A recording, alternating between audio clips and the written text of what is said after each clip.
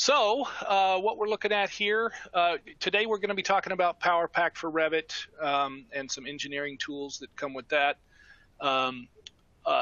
This particular slide is just a list. The things on the left-hand side in standard and professional, those are the topics that I'm going to be covering today. On the right-hand side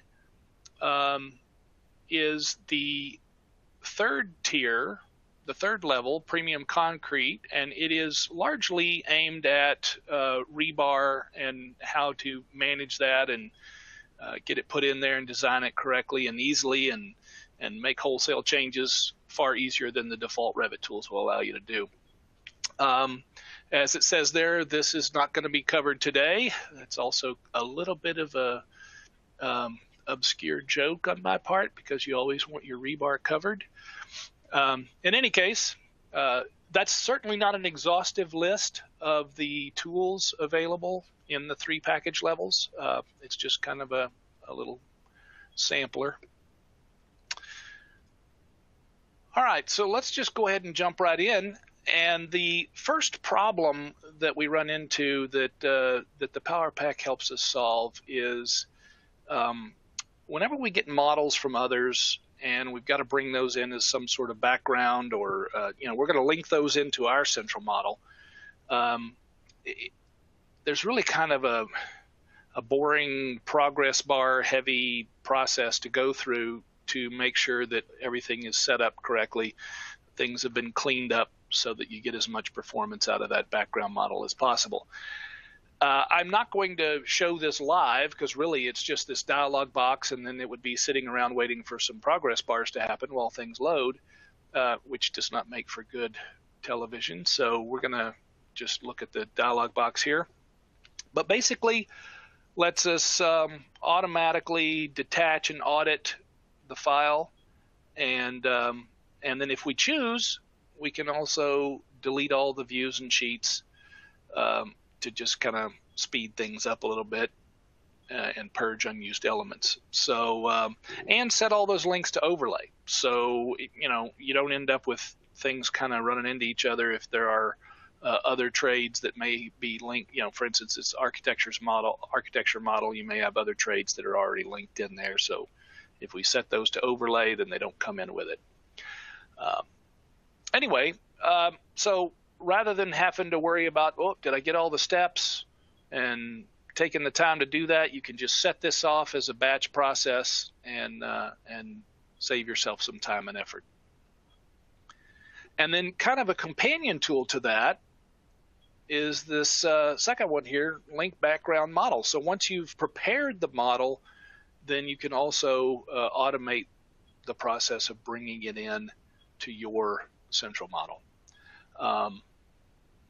Any information you need to bring in from that model or scope boxes, that kind of thing. It's very important to make the link room bounding if you plan to add spaces, MEP spaces later on. So, aligning existing levels, of course, depends on what you want to do there. But again, it's just a way to kind of skip through those tedious little steps and automate that process. Make sure you've got all the boxes checked, as it were. Okay. Next, we're going to talk about the Family Manager.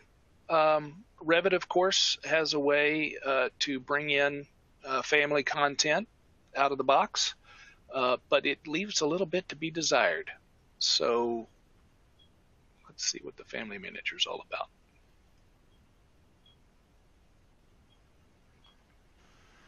Loading families is one of those tasks you just have to do with some regularity in Revit, so why not make the task a little more pleasant and easy to deal with? I'm going to go ahead and launch Family Manager here. Just point out a few things before we jump into some family content. First of all, my library here, I can add, with that plus symbol, I can add any folder on my local machine or network to this library view here, so I can have families loaded from all over the place in a nice central location. If I expand this out here a little bit, let's grab something. jump over to waterside components, and we'll grab a couple of pumps. This one and this one. Now, I should point out here, it tells me a good bit of it. Well, first of all, there's a picture. Secondly, it tells me some information about the family, how large it is. Okay, I'm not going to really keep track of that, but the number of types. And it gives me a little preview of the types list, so I know what's in there before I load the family. Now, you might be thinking, well, that's just reading the type library, right? The TXT file that goes with the family file. Nope, it's not. These particular files, and I'm not going to take the time to prove it to you, but these particular files do not have type libraries. They are just regular families, and if I were to bring them into Revit, they would load all 7 types, and there's only one type in this one, but they would all come in, nothing I could do about it, and I would have to purge out the ones I didn't want unless I just felt like leaving them there. So that's a couple of things that you get from the Family Manager you don't get otherwise. Something else is, yes, I could load both of those families by holding down Control or Shift and grabbing multiple families, but they have to be in the same folder pretty much. If I open a different folder up here on my airside components, I'm just going to stick with the theme and go with pumps again. Yeah, I know. That's not the same kind. Anyway, I'll check that one there. That one has 3 types. Again, no type library. And if I go to hit next here to bring those in, look at that. Even though there are no type libraries, I am still capable of, let's just grab a 200, and let's get rid of all those except for the 13-ton. And now I have exactly the 3 families I wanted, and exactly the 3 types that I wanted. I'm not cluttering up my file with a bunch of types because I'm kind of forced to because there's no type library. So, Family Manager, much more pleasant experience.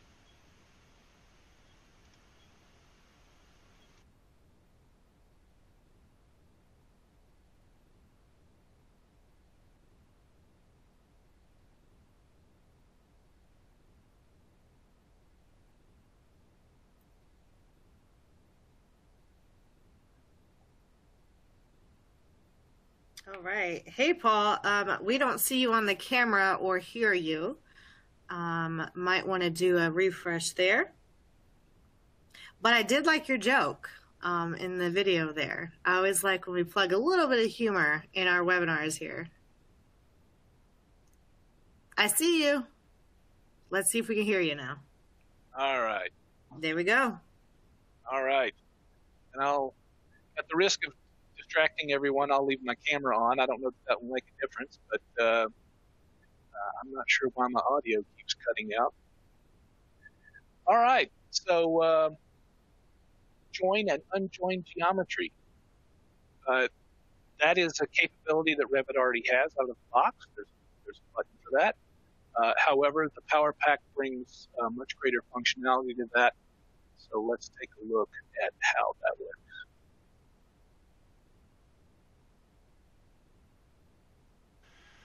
Okay, we're going to take a look at the Join Geometry tool, but before I do that, I want to set up a little scenario for you. So I have an empty project here. I have 4 levels in it. I'm on level 2 currently, but there's nothing else going on in here. No objects are present.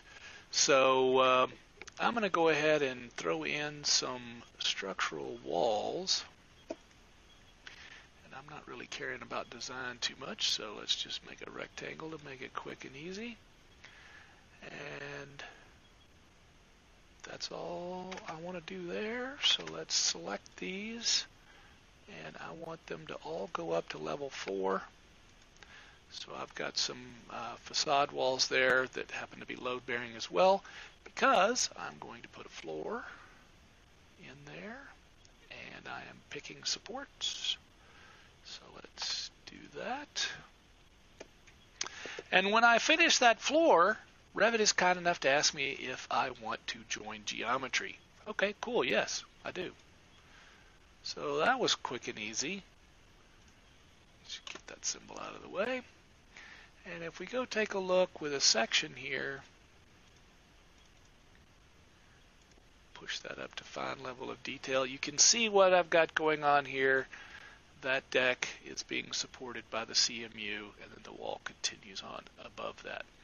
I'm going to grab this floor, and as I so often do, I'm going to copy that and then paste it to selected levels above, 3 and 4.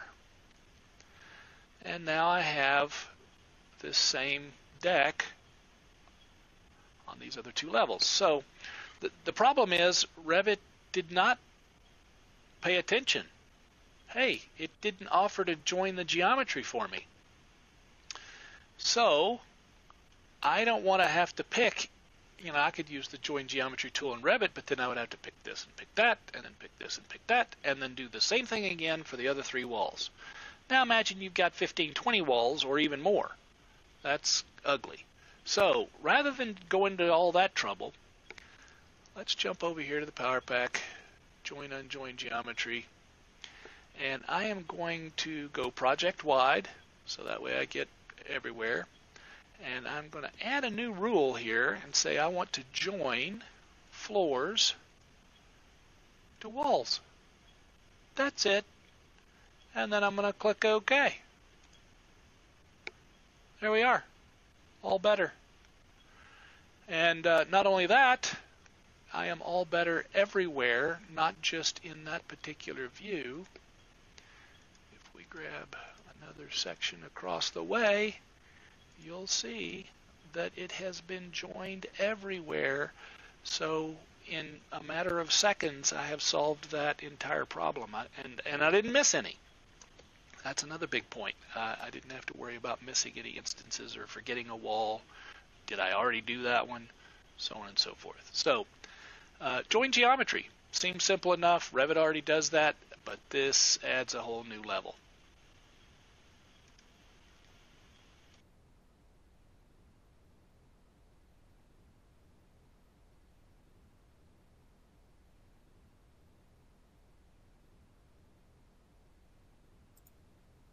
I can't hear you. You know what? I think it's a transition from the video for some reason.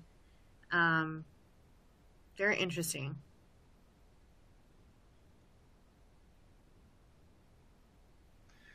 Can you hear me now? We can hear you. Yes, sir.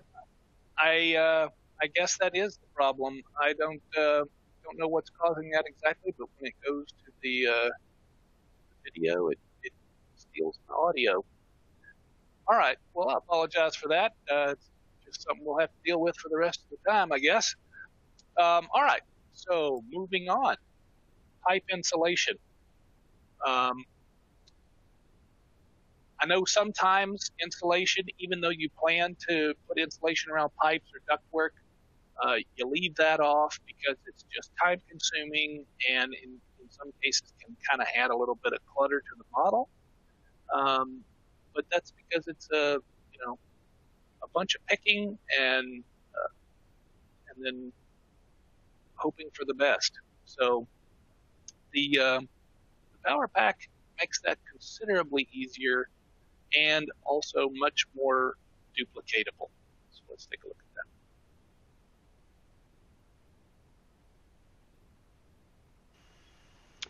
Okay, it's called the pipe insulation tool, but it is also capable of putting insulation on ductwork.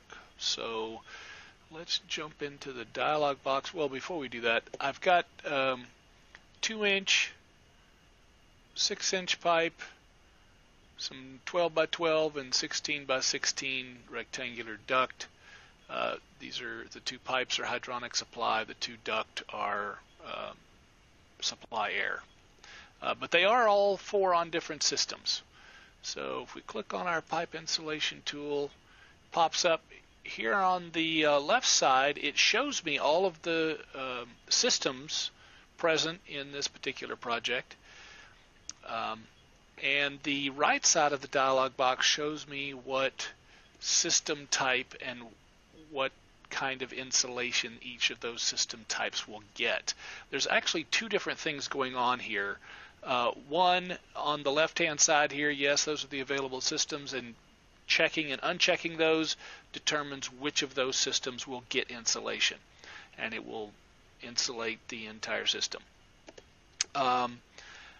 But the right side of the dialog box is basically where we're just setting up what kind of insulation and how thick that should be for each of these particular systems. So there's a bunch of systems in this project that don't have any, they're not being used.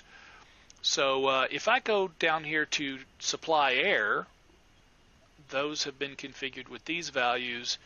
If I jump down here to hydronic supply, it's been configured with these values. Now, you can pre-configure this for your standards and then hit the gear wheel button up here, save it with a configuration name, and then just reuse that over and over again. You don't have to keep configuring these values. Just use it from project to project. So I'm going to just check all 4 of these. But if we just kind of look at hydronic supply, for instance, the 2-inch should be getting a ½ inch of insulation, and then the 6-inch pipe should be getting a full inch. Same thing goes with the, where did I see it? Supply air. There we go. Each of these are different sizes, and they should be getting the 1 foot and 1'6" respectively, or I'm sorry, the 2 foot up to 2 foot insulation values. So let's go ahead and click OK, see what we get. There we are. Now, there's not enough variance there to really tell.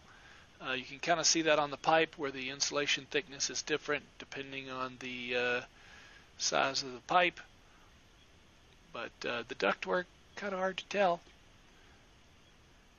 But in any case, I have thrown insulation on all of those. I didn't have a whole bunch of selecting I had to do or anything else, because it is aware of the systems inside the project. I can do them all at once fairly simply. So now you can throw insulation on things because you want to do some interference checking and make sure that even the insulation is not interfering with other trades.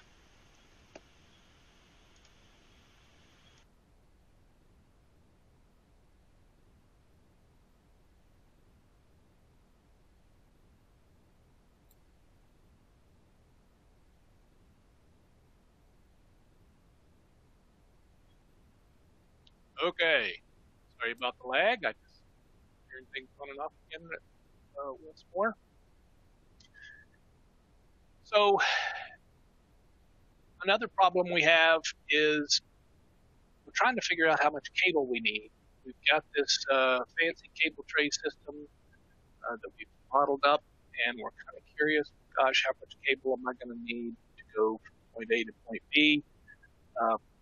And while it's probably possible to go through and measure that all off and figure it out yourself, it's not very fun.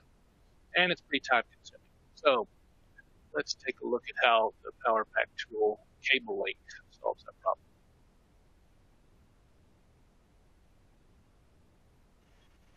Okay, as you can see, I've created a rather tortured cable tray system here with some drop downs and some transitions and some ridiculous crosses. So let's take a look at the cable length tool here and see what it can tell us about how much cable we're going to need to navigate this cable tray system. So first I'm going to tell it, hey, I want to start here and I want to end here.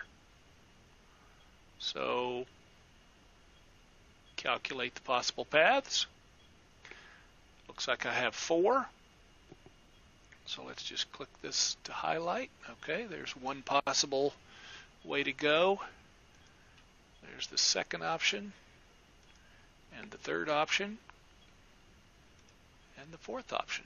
So depending on what we've got to do there, we pick the route that looks the best, and once we've done that, we can convert that to a manual path, which I could add a manual path myself by picking the cable tray entities and specifying a path if the auto routing doesn't find what I want. But in this case, I'm going to go ahead and convert to manual path. It shows me all of the fittings and cable tray sections involved in that. I could highlight each of those individually. That 12-inch radius is that piece there, for instance. But in any case, down here at the bottom, it has now told me how much cable length I'm going to need to get around that cable tray system in that particular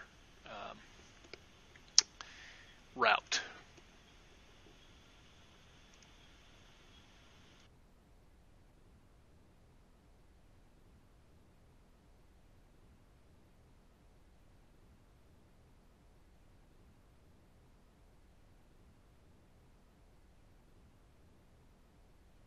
Okay. You're becoming a pro at this. I'm saying now. Yeah. Hopefully, my camera turning on and off is not too distracting.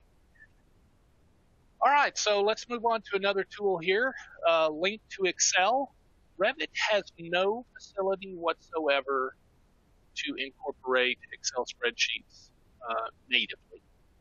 This is, unlike some of these other tools we've been talking about, where there are existing ways to do this that are just slower and more difficult, and PowerPack makes those easier to deal with. In this particular case, this is just plain added functionality that not available, to my knowledge, anywhere else. So let's take a look at how that works.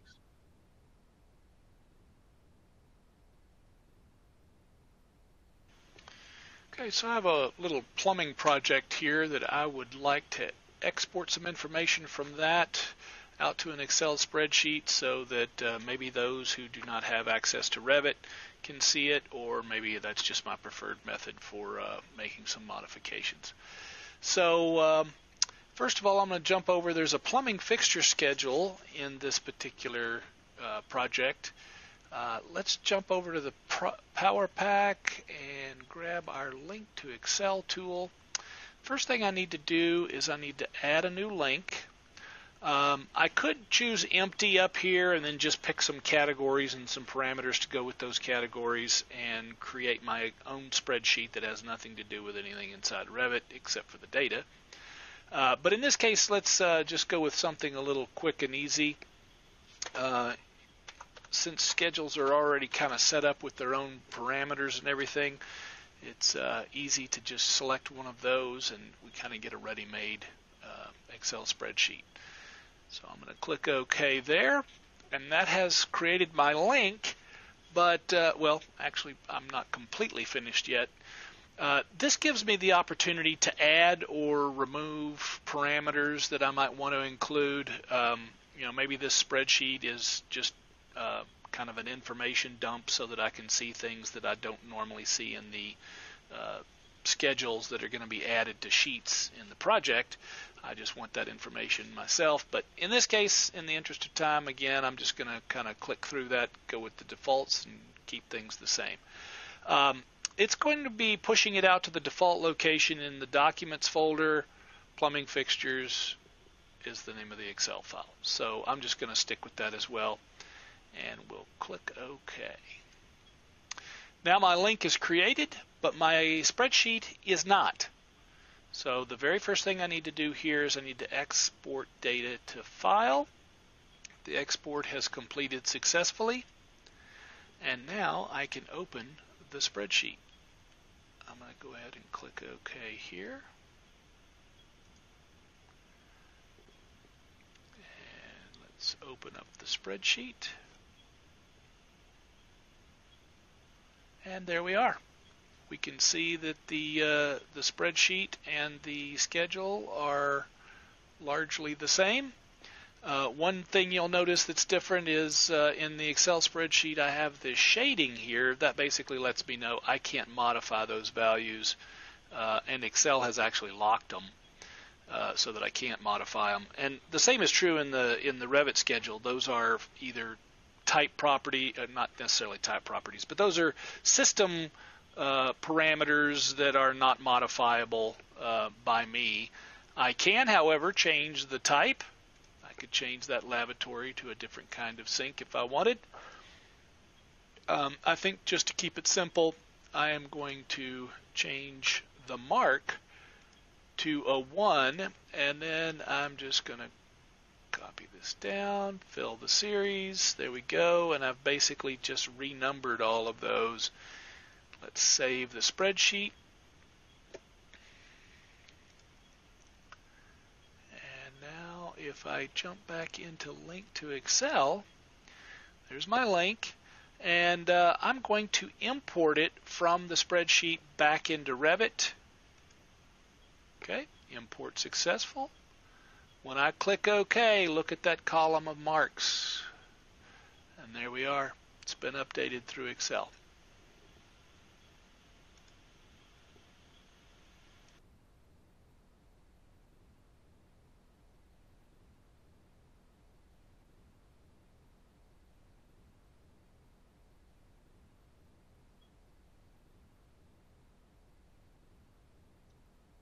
All right, this brings us to our last tool that we're going to talk about today. Normally I don't like to read what's on the slide, but this time I'm going to. Using link to Excel to export Revit data out of Excel is fine and all, but I have a super spiffy spreadsheet with formulas built into it. I want to bring that into Revit. Oh yeah, and I want to be able to update Excel values that then update the Revit model automatically.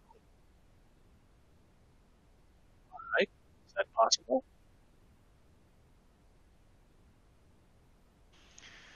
All right, so here is my secret formula spreadsheet, which might be secret, but it's not all that earth-shattering. I've got some numbers in here, but I did include some formulas just to make sure that that works okay. And let's go ahead and close that. And we're going to look at Revit, where I have created a drafting view just to keep things uncluttered. I could insert this into any kind of view I want pretty much. I'm going to jump over to the PowerPack, and I'm going to click on Worksheet to DXF, which is an interesting name for what it does, but that actually describes the steps. So I'm going to choose my Excel file. Oh, there it is. My secret formula. We'll open that. And I'm going to go ahead and just grab everything in the entire sheet.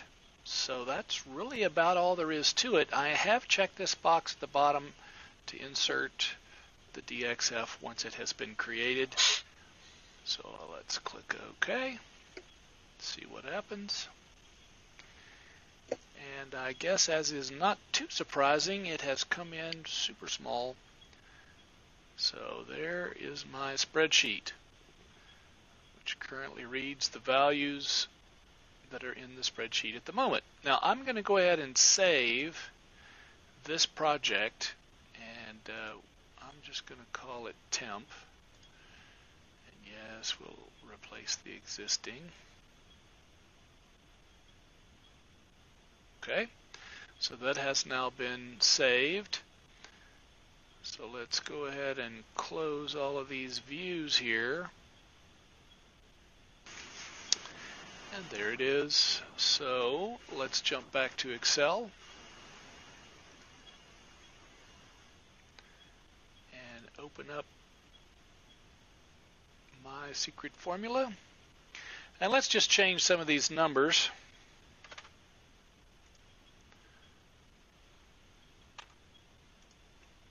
That's enough. Okay. So instead of 200 and something, we now have 800 for our sum. So let's see what happens. I'm going to go, okay, Windows just saved that for me. So I'm going to close this again. And I'm going to go back to this project, open that up, and it is updated. So closing and reopening the project has reloaded the data. Easy, easy. I now have a connected spreadsheet of any kind I prefer.